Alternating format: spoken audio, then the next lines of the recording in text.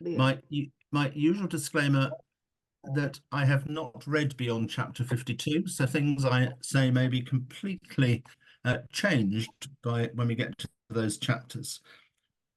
Firstly, three preliminaries, and they are these. Number one, the dean, we know, was a man of humble origins and he married money. His wife died at the same age as he became dean, an age that isn't specified. And Mary, his daughter, we're told, was about 14. The dean and the daughter were alone in the daughter's upbringing from the time of mother's death to the wedding.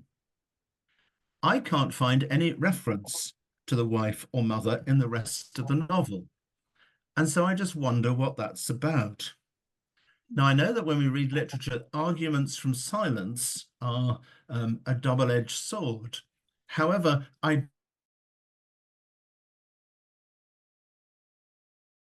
Sorry, Chris. Chris, can you unmute yourself? I've just hit mute all as we got new people joining in. So can you hit unmute?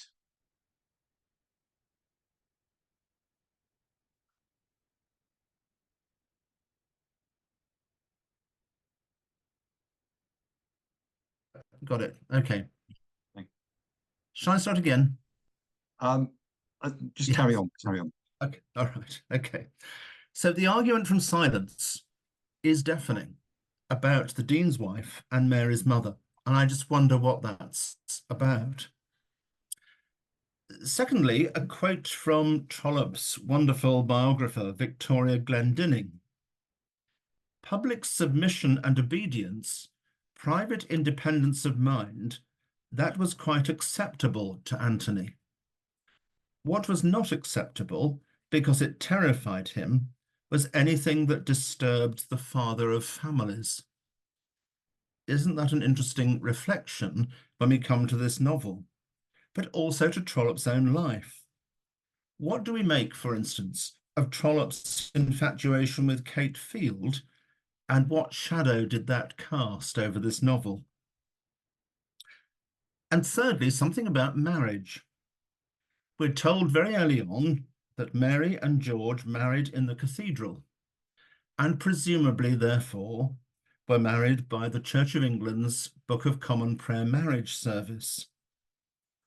The declarations in that service are revealing. To the groom, wilt thou have this woman to thy wedded wife, to live together after God's ordinance?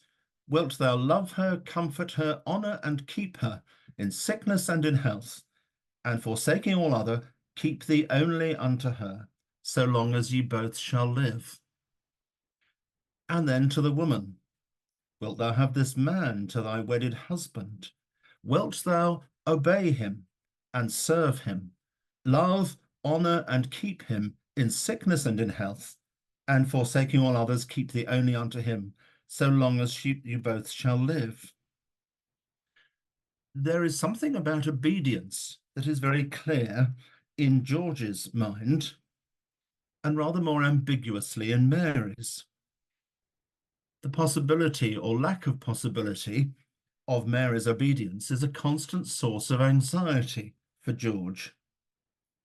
And the phrase forsaking all other is ambiguous for Mary and George when tempted by Adelaide and Jack de Baron. Not only the possibility of sexual liaison, but emotional attachment. The other interesting thing about the marriage service is that sentence, who giveth this woman to be married to this man? The minister, receiving the woman at her father's or friend's hands, shall cause the man with his right hand to take the woman by her right hand, and then to make the vows, which for the husband are to love and cherish, for the woman are to love, cherish, and obey. I wonder what happened in this giving away when the dean, as we are told, conducted the service. Did he act the role of father and priest? Of course, lying behind this whole idea of giving away was, I'm afraid to say, rooted in the understanding of a woman as property to be transferred from one owner to the next. It probably means something rather different when brides insist on it happening today. Does the dean give his daughter away?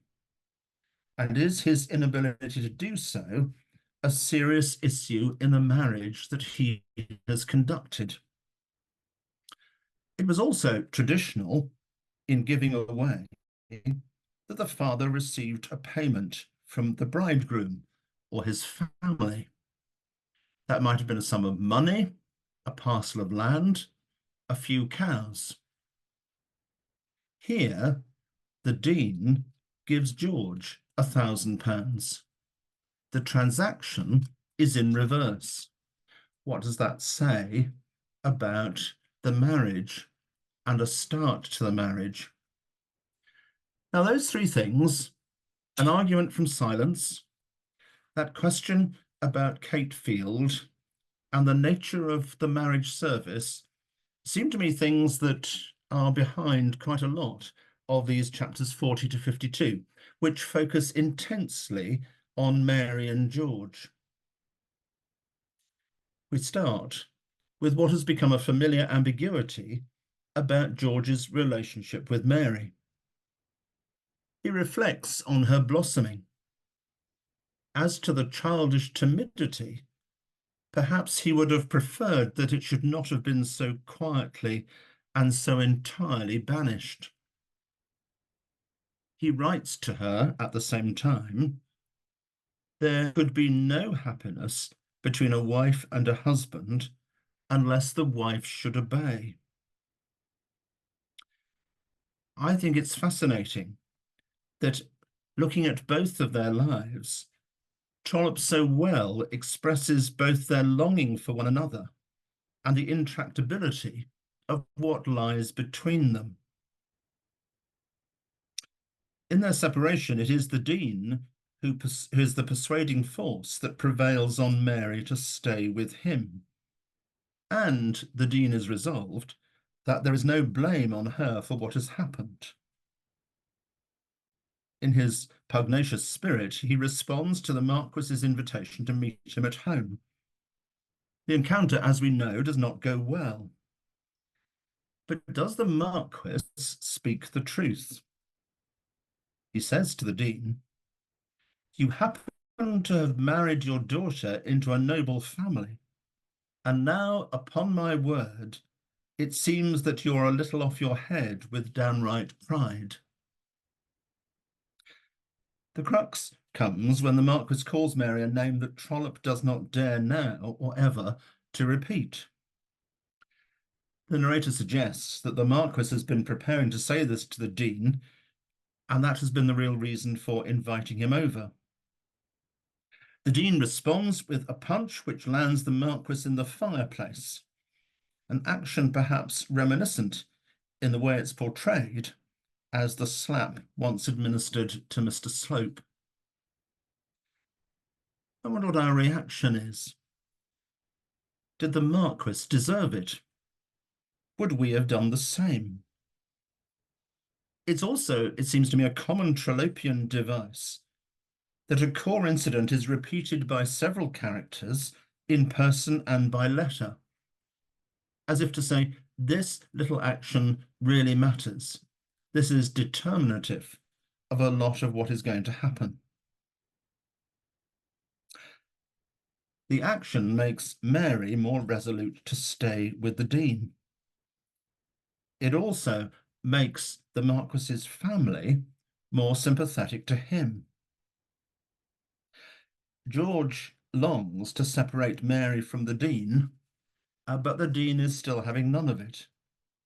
If you go to Cross Hall, he says, then there will be no limit to their tyranny, whoever exactly there might be. And Mary herself says, nothing short of a policeman should take her to Cross Hall tomorrow. We then, in chapter 43, this is, have a brief interlude where Adelaide Horton and Jack de Baron are in conversation. Jack confesses the ambivalence of his relation to Mary. Adelaide admits to her intention, I intended that you should amuse yourself. She is the person for whom there is great pleasure in trifling with people's emotions and relationships.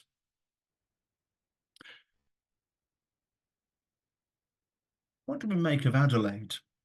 Are we sympathetic to her, contemptuous of her, or do we see a woman in a loveless, sterile marriage who desperately seeks some meaning and purpose in life at the expense of others? Chapter 44 begins with George and Mary still battling it out. We're told of George that his stronghold was that of marital authority. Authority unbounded, legitimate, and not to be questioned. That seems to be how George understands the marriage vows that he and Mary have taken.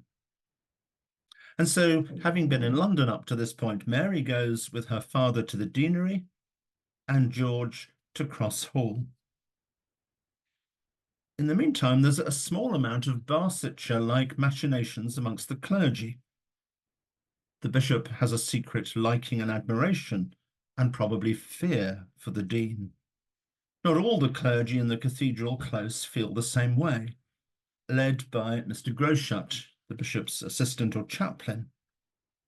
Mr. Groschut's view is that the dean was altogether unfit for his position, which for the interest of the church should be filled by some such man as Mr. Groschut himself.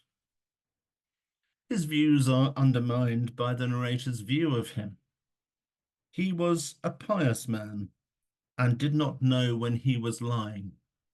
A wonderful throwaway little line that fixes a minor character firmly in his place. To the eyes of the world, George and Mary remain separated. They still long for each other. But George, in his longing, is still consumed with the fact that his commands had been twice, nay, as he said, thrice disobeyed. The waltz with Jack, the fact that he had ordered her to leave town after Mrs. Jones's ball, and that he had ordered her now to leave her father.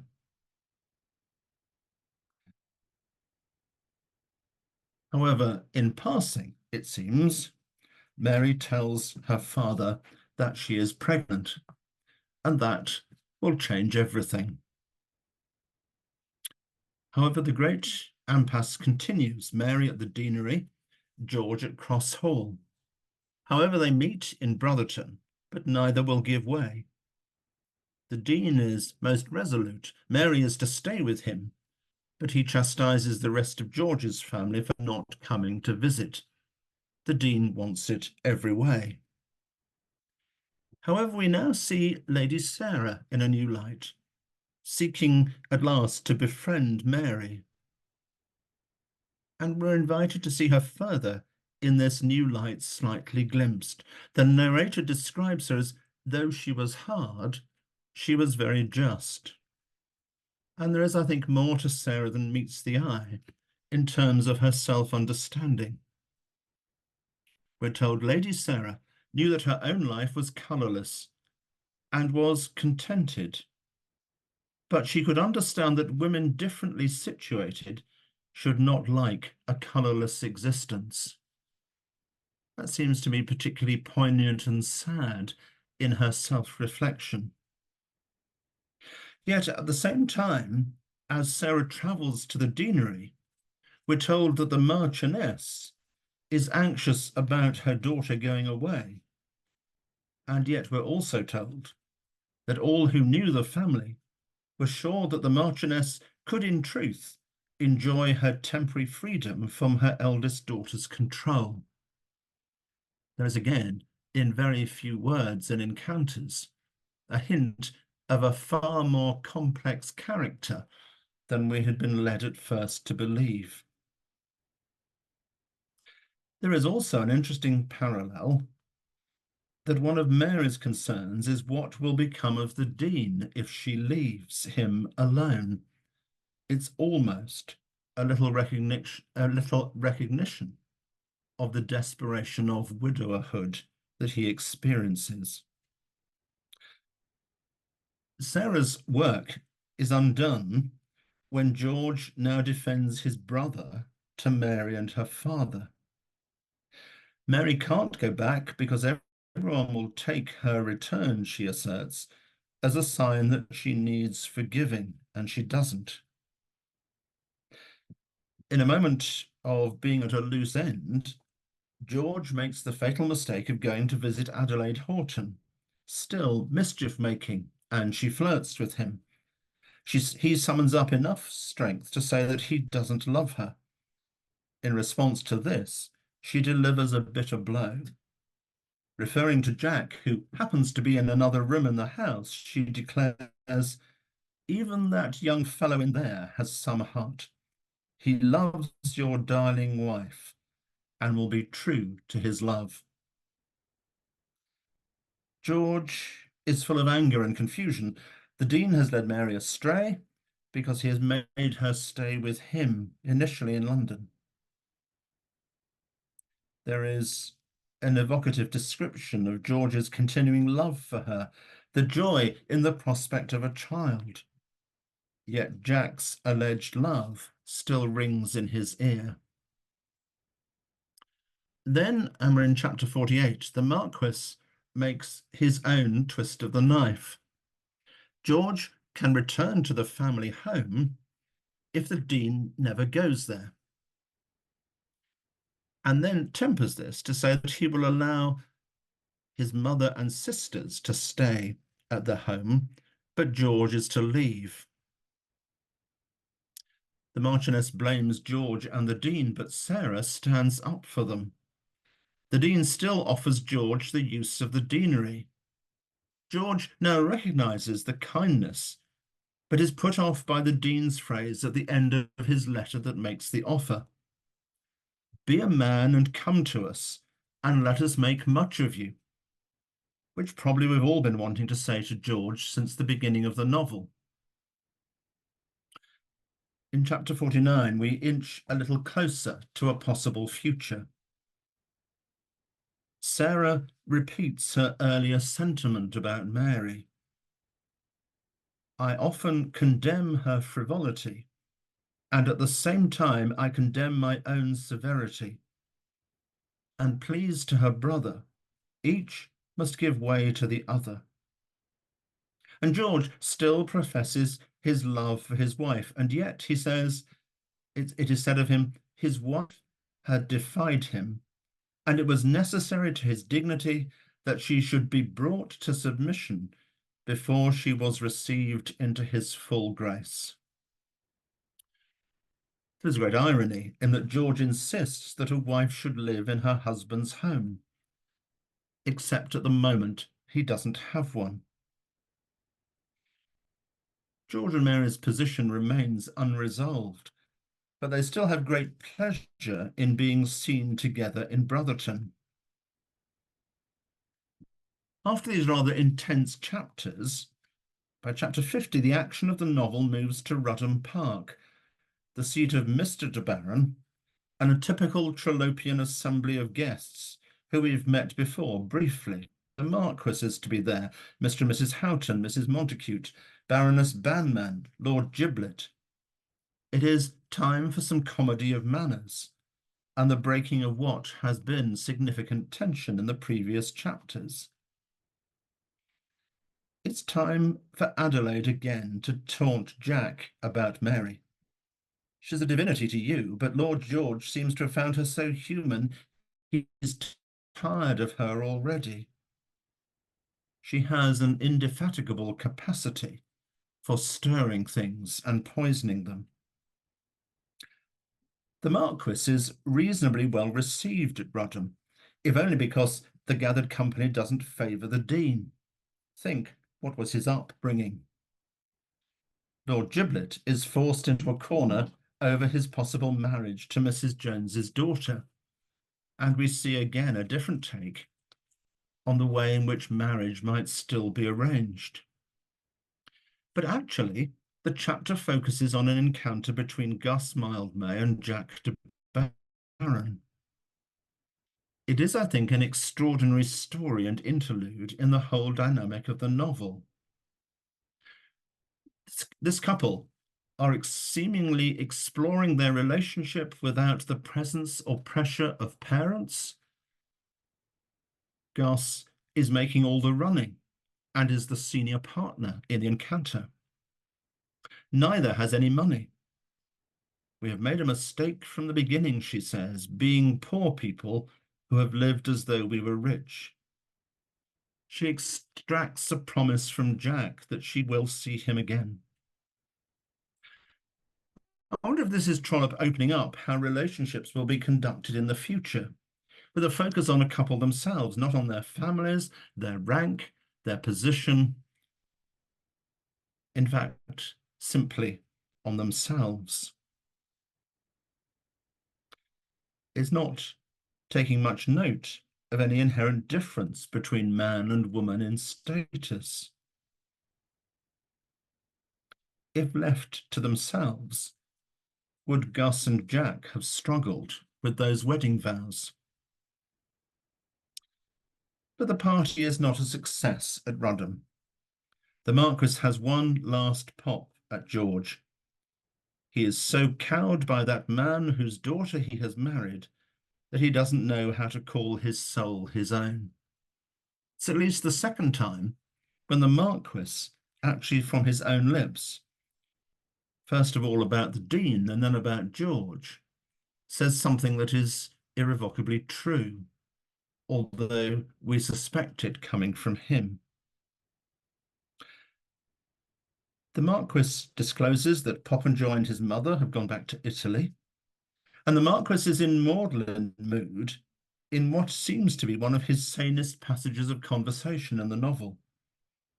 He flirts with Mrs. Horton and ponders a kiss. But all is put into perspective by news that Popenjoy is sinking. We've hardly ever met Popenjoy, of course. We never really do, because Trollope doesn't do children. Think what Dickens did with Tiny Tim and what Trollope does with Popenjoy. So in these chapters, in what light do we see these characters with which we are most familiar, particularly the Dean, George, and Mary? There are particularly intense examinations of the relationships between the pairs of them and the three of them. I wonder if Trollope does succeed in going deeper into his exploration of all three of them. Are we on the cusp of the psychological novel here? Do we ask, why do they behave as they do? What has led them each to this place? And does that explain something about their behavior and interaction? Again, how does that death of a wife and a mother and the words of the marriage service play into that? I think my observation is that we focus more intensely and switch less between plots than we often do, which makes us more aware of those changes when they happen. And then something about the Marquis. Is there more complexity to him than has so far met the eye, especially in the chapters we've been reading? He does, after all, behave reasonably sanely at Rudham. Is he less a madman and more a defeated man, because he knows that questions about the inheritance are going to fall, whatever the truth of them, with the death of Popenjoy?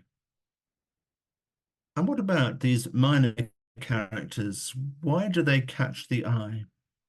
Again, as I've said before, Mrs. Horton, do we feel sorry for her, trapped in her loveless marriage, who can only amuse herself by trifling with others?